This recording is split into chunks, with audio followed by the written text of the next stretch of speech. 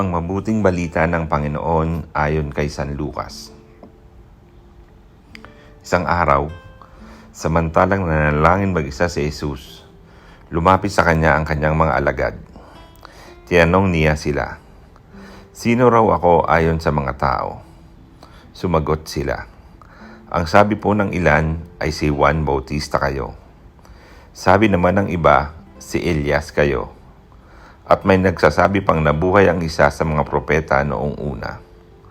Kayo naman, ano ang sabi ninyo?" Tanong niya sa kanila. "Ang Mesiyas ng Diyos," sagot ni Pedro. Itinagubilin ni Jesus sa kanyang mga alagad na huwag na nilang sasabihin ito kanino man.